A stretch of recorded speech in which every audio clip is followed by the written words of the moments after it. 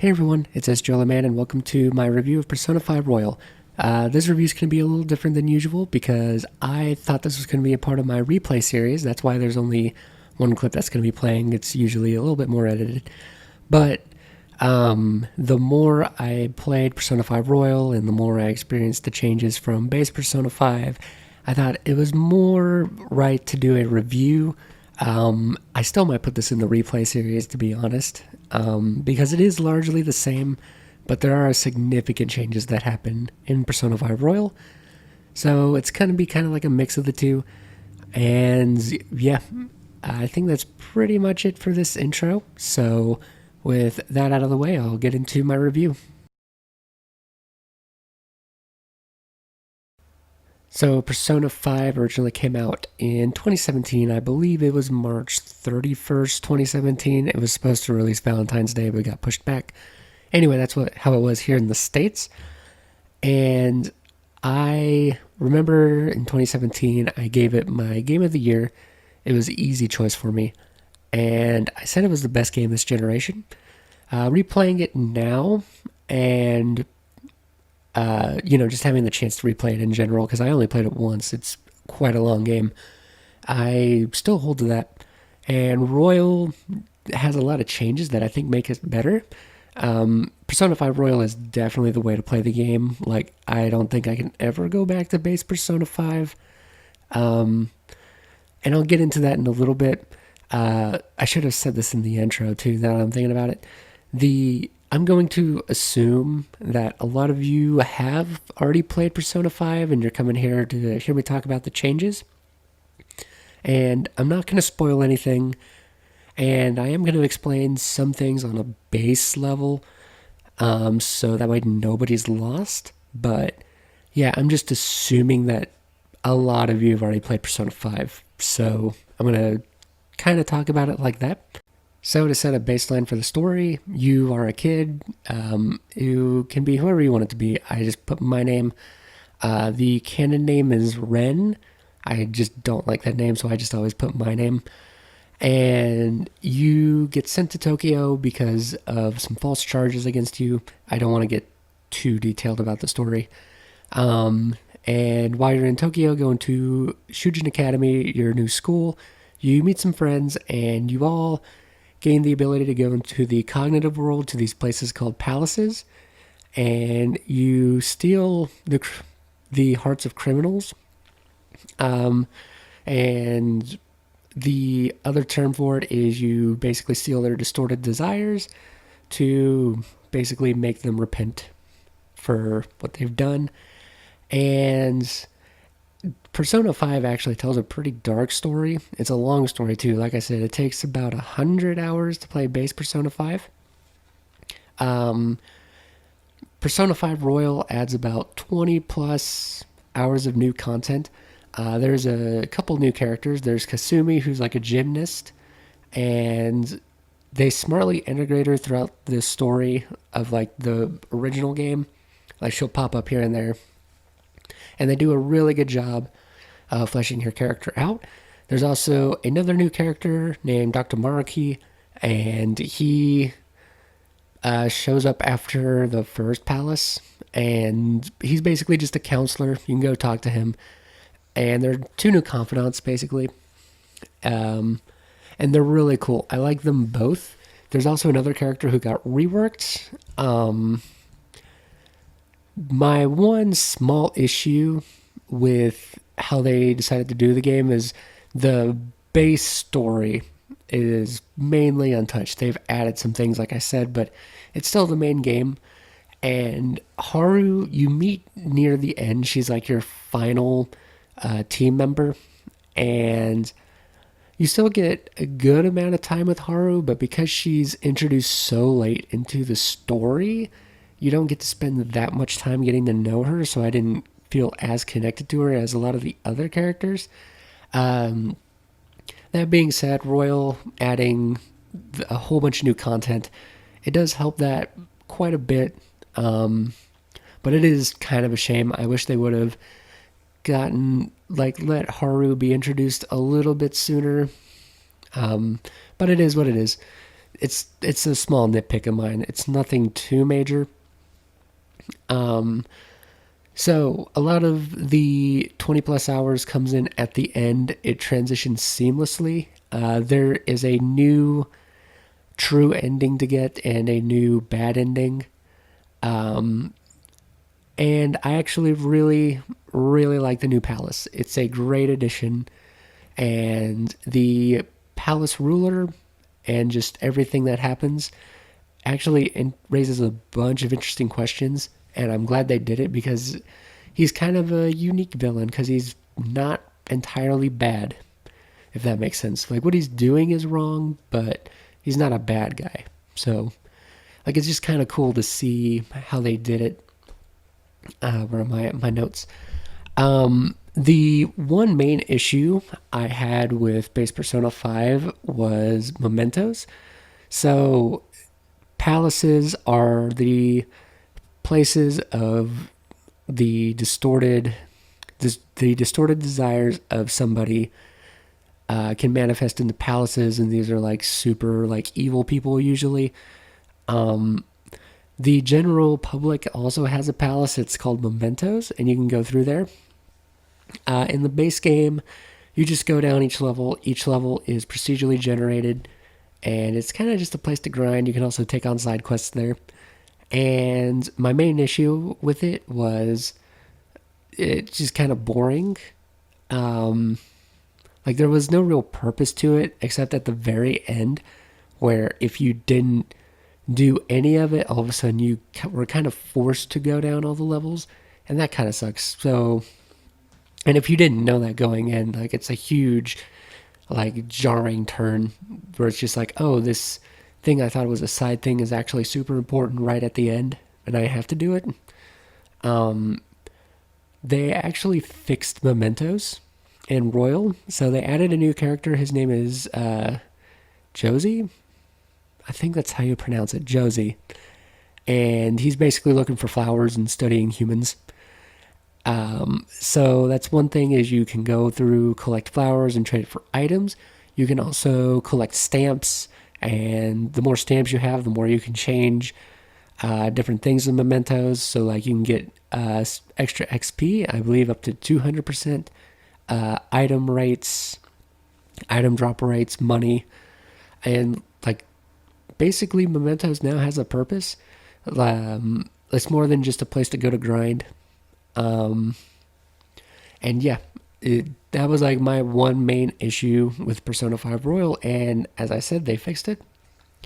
Um, Along with that, a lot of the palaces got small reworks. They're not major, but you have a new grappling hook that lets you get to new places, and it was fun to use it. There's also like will seeds that can appear in palaces, and I forget the explanation of what they are, but basically, as you collect them, you get new SP. If you collect all three in a palace, you get a new item, and it's super powerful. So, just a lot of small changes that lead up to some really big stuff. I just realized I was hopping around in my notes. But the thing I think I want to talk about next is the actual gameplay. So, outside of palaces, you're basically running a life simulator. So, the game has a calendar system where you go through every single day, and you basically have to plan out your day accordingly. Your teammates and other people you meet around town can be confidants, and they have levels 1 through 10. And the more you level them up, the more it feeds into your infiltration of palaces. So, for instance, when you get Ryuji up to level 7, you get insta-kill. There's a shogi player who lets you use team tactics. Negotiating with shadows is a big one, and there's a politician who helps you do that. Just stuff like that. And the more you level them up, the more abilities you gain when you infiltrate palaces. So it's important to do that. You also have social skills like your knowledge and your charm, your proficiency. You have to raise those up too. I believe you start out at level 1 in all of them. I thought it was level 0 for some reason, but it's level 1. and you have to max it out. Some characters you can't even talk to unless you have a high enough skill in a certain social stat, so it's important to just plan out your day and to make sure you're doing everything to help you with palace infiltration. And then when you're actually in the palace, it works a lot like a dungeon crawler. It's kind of, yeah, well, it's just basically a JRPG dungeon. But the battle system in this one is a lot of fun. It's a four-person party system, and whenever, so like, okay, here's how I'm going to explain it. So like, you have your basic attacks, and you have a ranged weapon that you can use, and you also have personas that you can use, which grant you special abilities. Your character is special in that he can integrate different personas to him, so he can basically cover all the bases. Because there's personas are basically Pokemon, and they have certain things that they're strong against or weak against, like certain attacks. Like there's fire, lightning, ice, psychic, yada yada yada. Like you can kind of imagine. And then your different teammates specialize in one and also have different things they're good at.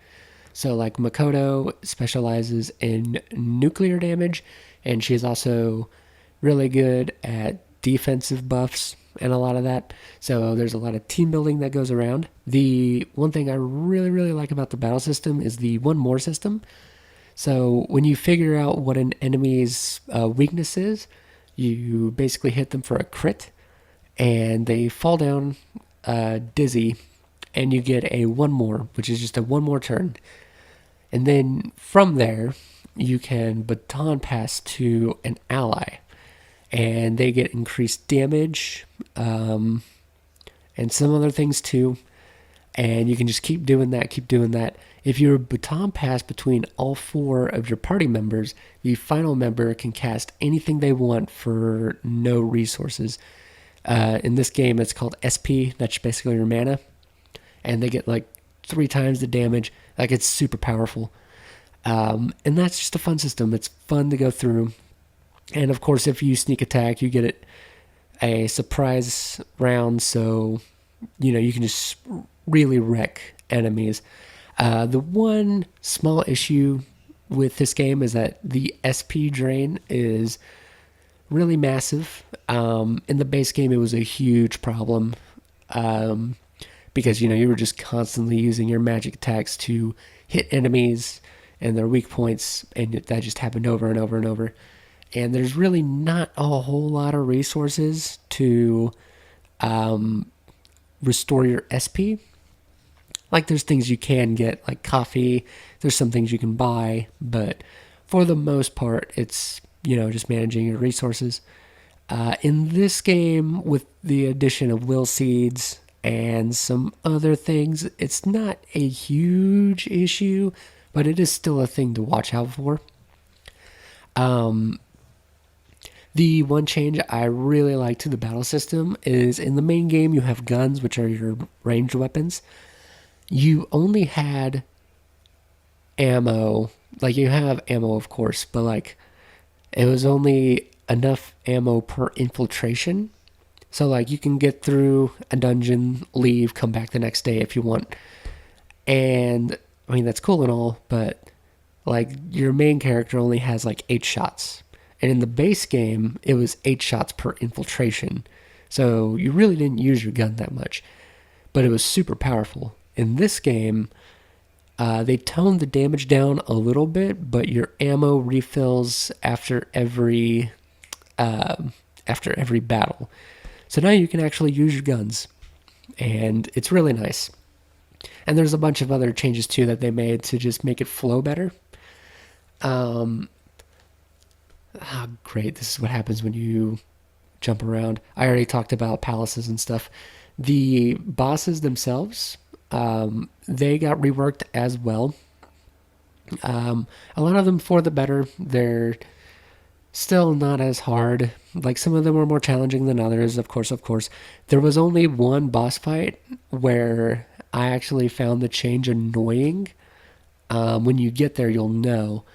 But like, I actually died to him like a lot, and it was super annoying.